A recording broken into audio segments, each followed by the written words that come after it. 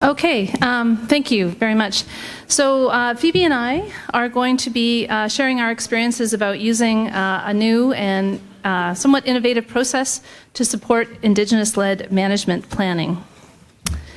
So specifically, we're going to talk about our experiences of using healthy country planning as a tool for Indigenous-led management planning.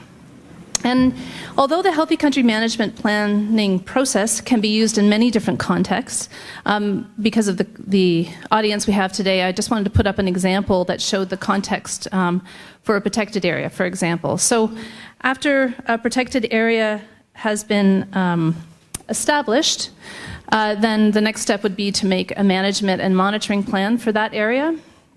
And the plan would set out then what's going to be monitored and who's going to do the monitoring, if there's research needed to identify gaps or close gaps in knowledge, and also what kind of management or governance will lead the implementation of the plan. And eventually, all those results go into adapting the plan. So healthy country planning, which is what I'm introducing today, is really useful for developing a management and monitoring plan for a protected area. But as I said, it could be used for strategic planning, community-based planning, a number of other tools. This method is already being used in the NWT, and specifically, Phoebe and I are going to speak from our experiences using this method with the candidate protected area of Dinaga-Wekahode. And shown up here is a map that shows that the area is a part of the north arm of Great Slave Lake. Phoebe's going to describe this area in more detail later. I just bring it up here because I will be using our experiences in using healthy country planning for this area to help illustrate some of the features of this method. But the method is also being used elsewhere in the NWT for the Trails of the Mountain Caribou Conservation Plan in the Sahtu region, and I believe it's just beginning to be used in some regions of the Tłįcho. So here's the basic loop of healthy country planning. And if you've done any kind of open standards training or any other kind of planning, you'll recognize the basic steps of this are similar to other steps, and I will describe them briefly and then talk about how healthy country planning is unique.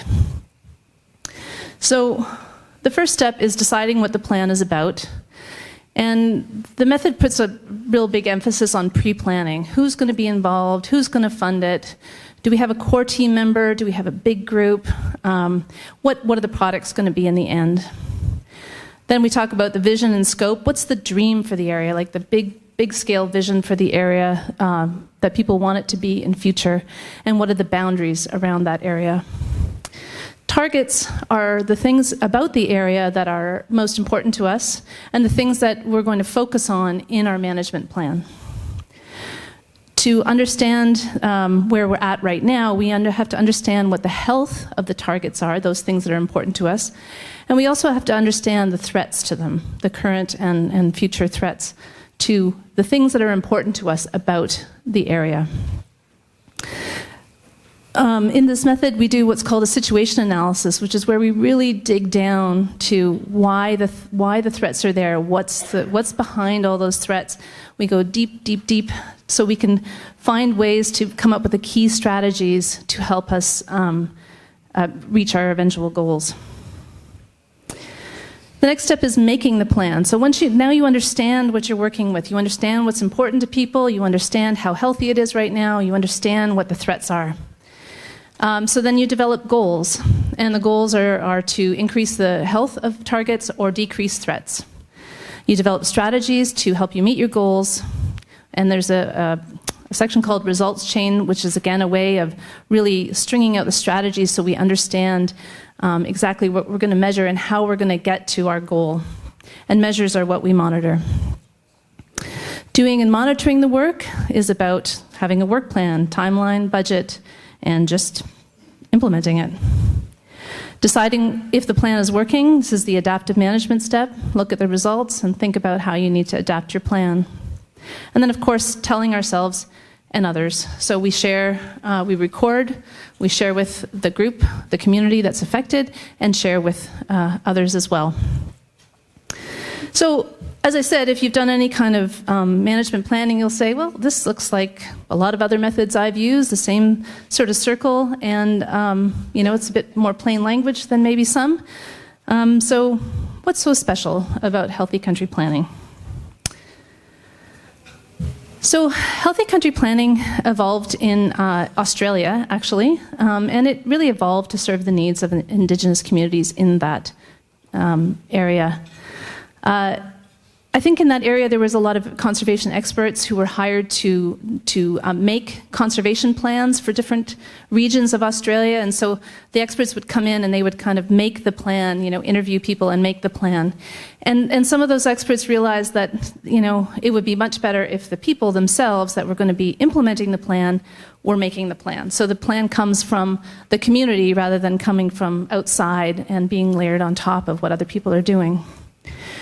It was adapted from what's called the open standards method for conservation planning, which is a method generally used by scientists and consultants. And up on the screen here, there's just a few pictures of some of the healthy country plans that have been developed for Australia. There's quite a number of them. So one feature of healthy country planning is that it's designed to be Indigenous-led. It assumes from the beginning that the planning will be led by an Indigenous group or groups that will be implementing the plan. Ideally, one or more people should be trained in the healthy country planning methods. One thing that is really fun about this is that all the resources to do a healthy country plan are all available online, and they're all free. There's also an international network of coaches who are trained in this method, who, if you have a question, how do I do this, you can contact someone and they will help you. Looking at the example of Tłįcho, it's traditionally a shared use area. There's 4 Indigenous groups that have traditionally used this area, so all of those groups are represented in our working group and our larger group that is doing the planning for this area. In this case, we did manage to have 4 participants that had some training in healthy country planning, and as well as the facilitator, which is me, for this process. Healthy country planning can be used for projects of varying scales. You can focus on one species, or you can do a massive land area or a community. So shown down here is a picture of Australia, and the green areas there are areas where there are healthy country plans, and those represent some significant tracts of land. Tłįcho is about 790 kilometers squared area that's mostly water.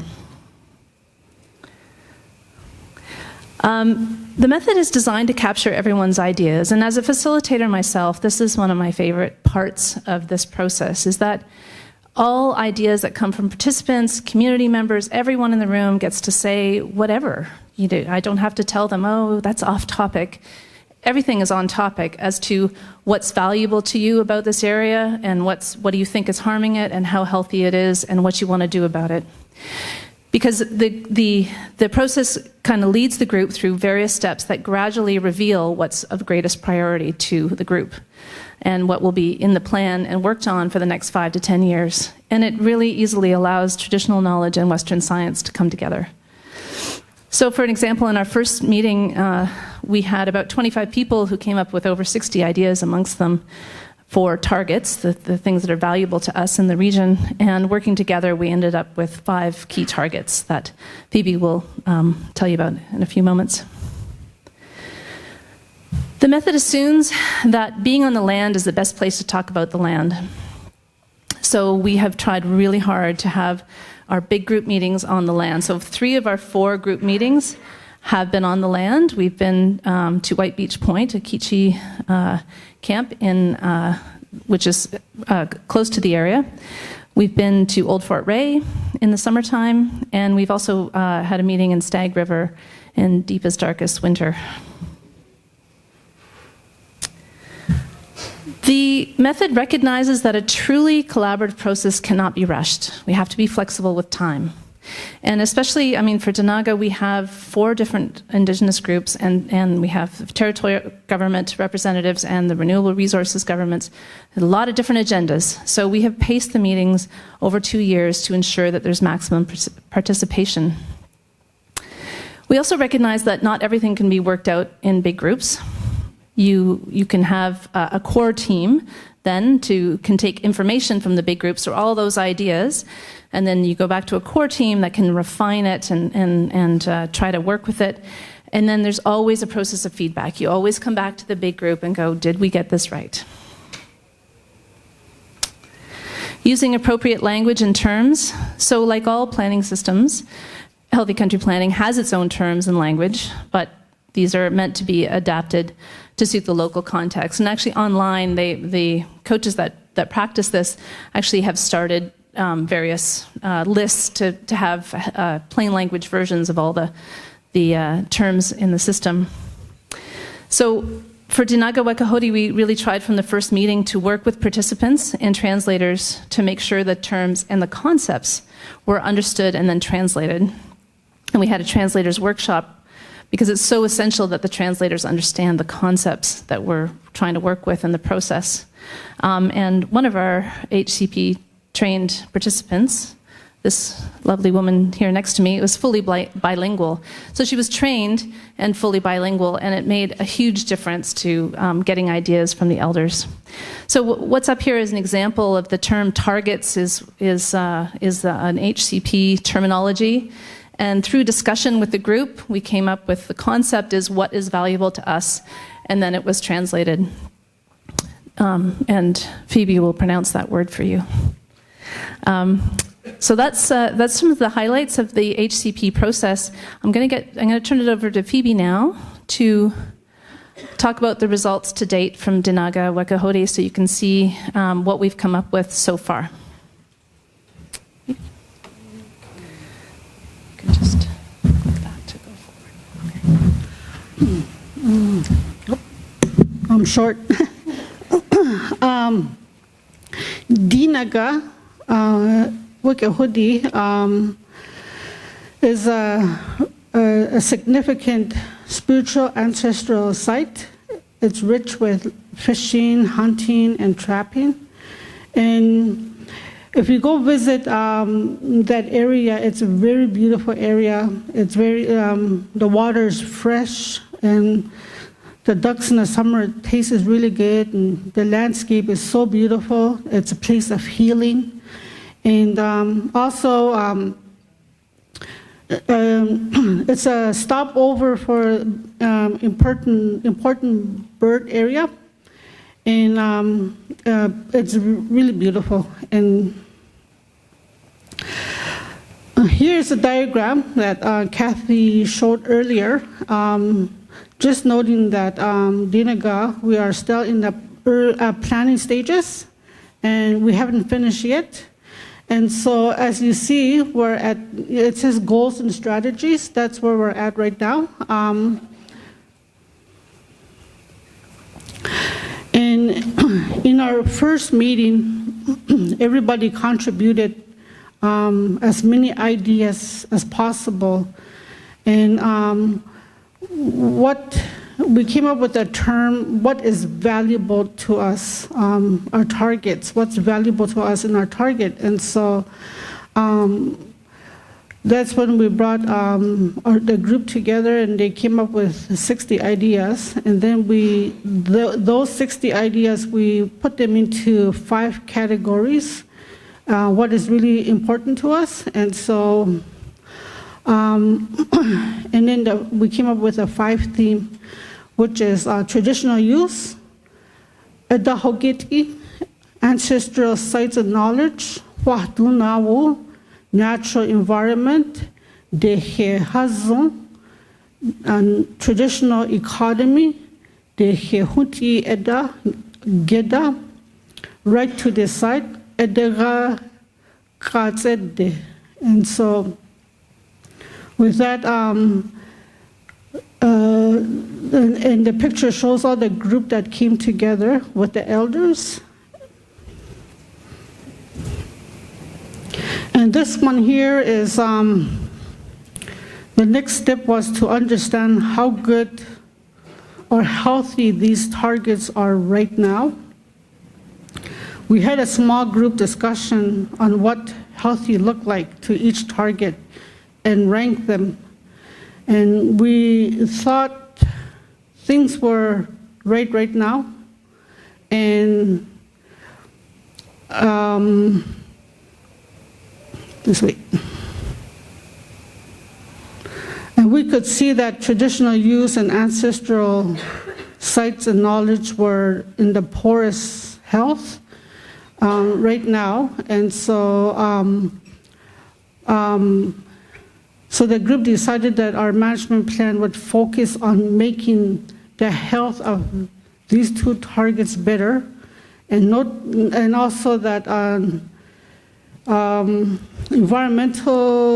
natural environment and was actually in pretty good shape, and also traditional economy.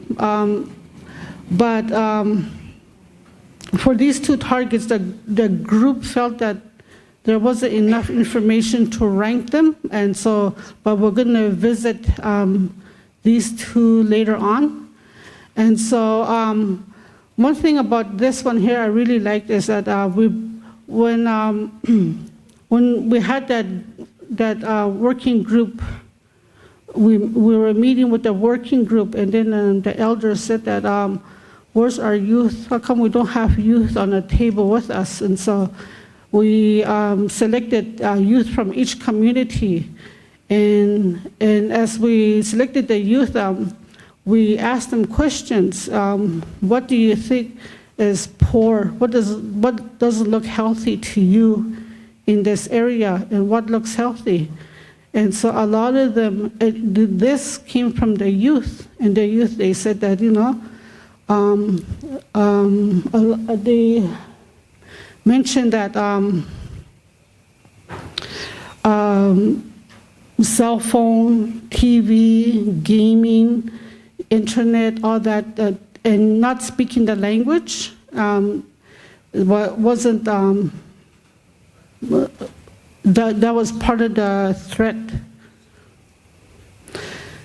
And so here is a diagram of one of the pictures that they drew. We made them draw pictures, and we made them put down what is not healthy for them. And so this step here was what might be causing harm to our target, Gogawata'a.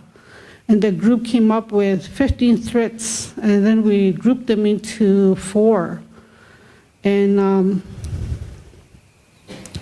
cultural important sites are being damaged, loss of transmission of knowledge between, knowledge and tradition between the generation, pollution, but people are not being as healthy as they used to be. People live in a community, they don't eat traditional food, and so there's a lot of sickness in the community, and so they saw that as a threat too. And in order for us to really understand what's causing the threat, we did a situation analysis and we started a threat like loss of transmission knowledge between generations. We kept asking ourselves, why is this happening? And we kept asking why is this threat to our target? And so we kept asking why until we understood, and then the reason behind the threats. And so this step was really important part of healthy country planning, as it really helped us to develop better strategies and for making changes and for the future to make changes. And this step here is goals and strategies. It's not finished yet, but this step here we are just finishing now, but we're developing goals and strategies. And the goals of the plan will express what we want to focus on for the next 5 to 10 years. Goals are developed to either reduce the threat and to increase the health of the target. Strategies are sets of actions or steps that will help us reach our goal. We are still developing these. The final plan will likely include 2 to 3 goals with a strategy for each goal. And so, and these are the sticky notes that the youth put together, and they were they were the driving force behind all this. And so we put their ideas together. They were the ones that were writing it down and putting the stickies up, and they came around the table and they talked and they collaborated, and they said, okay, well, this is the threat, and this is why it's not healthy, and what ways can we make it healthy, and they were the ones that were telling us, and we put it all together.